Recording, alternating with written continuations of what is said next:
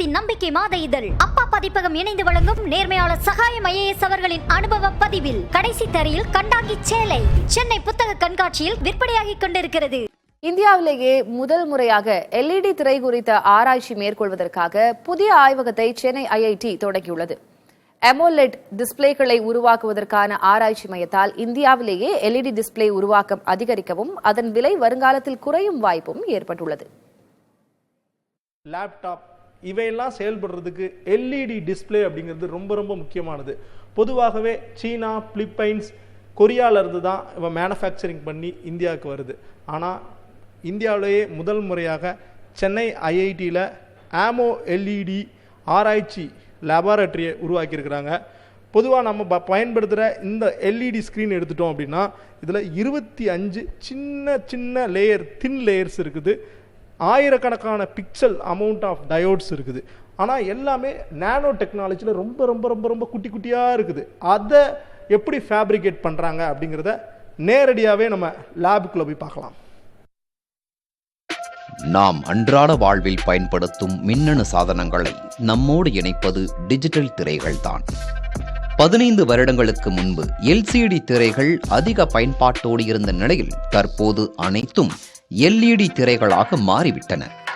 LCD திரைகளில் திரவ வடிவத்தில் இருக்கும் வேதியியல் பொருட்கள் நிரம்பி நமக்கு காட்சிகளாக வழங்கிய நிலையில் LED திரைகளில் மைக்ரோ அளவிலான வெளிச்சம் பாய்ச்சும் டயோடுகளே இயங்கு பொருளாக விளங்குகிறது. LED திரைகளுக்குள் ஒளிந்திருக்கும் தொழில்நுட்பத்தை தெரிந்து கொண்டால் நமக்கு தலையே சுற்றிவிடும். நமது முடியை விட 100 மடங்கு சிறிதாக இருக்கும் குட்டி டயோடுகள் தான் வெளிச்சத்தை பாய்ச்சி காட்சிகளை நமக்கு காண்பிக்கிறது.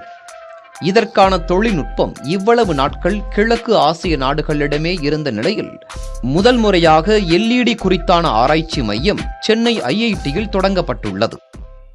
Active matrix organic light emitting diode இதனுடைய பர்பஸ் என்ன அப்படின்னாக்கா, டிஸ்பிளே மொபைலோட டிஸ்பிளேஸ் இந்த மாதிரியான டிஸ்பிளேஸ்லாம் இப்போ நம்ம இம்போர்ட் பண்ணிக்கிட்டு இருக்கோம். இதில் எங்களோட நோக்கம் என்ன அப்படின்னாக்கா, இந்த டிஸ்பிளேவை இந்தியாவிலேயே மேனுஃபேக்சர் பண்ணுறதுக்கு தேவையான ப்ராசஸ் என்ன அதை டெவலப் பண்ணுறது தான் எங்களுடைய முக்கியமான வேலை. இதுக்கு நாங்கள் என்னென்ன செய்கிறோம் அப்படின்னாக்கா, ஆர்கானிக் மெட்டீரியல்ஸை யூஸ் பண்ணி ஆக்டிவ் மேட்ரிக்ஸை பேக் பிளேனை யூஸ் பண்ணி ஒரு full organic light emitting diode process பண்ணுறது, அதோட இனிஷியேஷன்லேருந்து ஃபுல் கம்ப்ளீஷன் வரைக்கும் என்னென்ன ப்ராசஸ் பேராமீட்டர்ஸ் தேவைப்படும், என்னென்ன மாதிரியான சேஞ்சஸ் அதில் பண்ண வேண்டியிருக்கும், இது எல்லாத்தையுமே டிஃபைன் பண்ணுறது தான் நாங்கள் இந்த லேபில் பண்ணிக்கிட்டு இருக்கோம். இதை உருவாக்குவதற்கு காற்று புகாத ஆய்வகங்கள் அமைப்பது அவசியம் என்கிற நிலையில் ஒரு கன அடிக்கு 100 மைக்ரோ துகள்கள் கூட ஆய்வகத்திற்குள் செல்லக்கூடாது என்பதால் பார்த்து வடிவமைத்துள்ளனர் சென்னை IIT ஆராய்ச்சியாளர்கள். நாம் ஸ்மார்ட் போனில் பயன்படுத்தும் திரை ஒவ்வொரு வினாடிக்கும் 60 முறை அணைந்து எரியும் நிலையில் ஒவ்வொரு திரையும் குறைந்தபட்சம் 25 மிக மெல்லிய அடுக்குகளை கொண்டதாக இருக்கிறது. இதை அனைத்தையும் சாத்தியப்படுத்தும் உயர் ரக கருவிகளோடு ஆய்வகம் உருவாக்கப்பட்டுள்ளது. Developing a new technology by making this very thin LEDs, right? Multi-layers. They are made up of many different layers, like a sandwich. Okay, they are made up of different layers.